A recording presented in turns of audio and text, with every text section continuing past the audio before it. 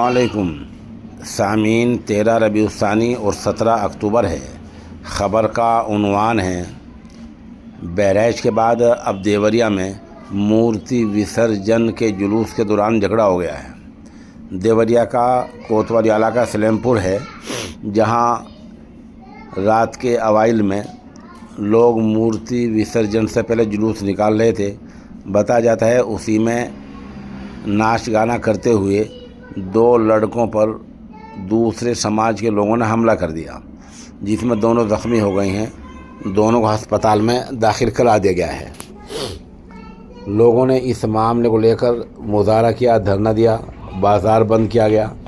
ताहम वहाँ के पुलिस कप्तान का कहना यह है कि यह हमला आपसी रंजिश की बुनियाद पर हुआ है। हमले की जो बुनियादी वजह है वो रंजिश है। इसमें कुछ लोगों को हिरासत में लेकर पूछताछ की जा रही है और एक को गिरफ्तार कर लिया है।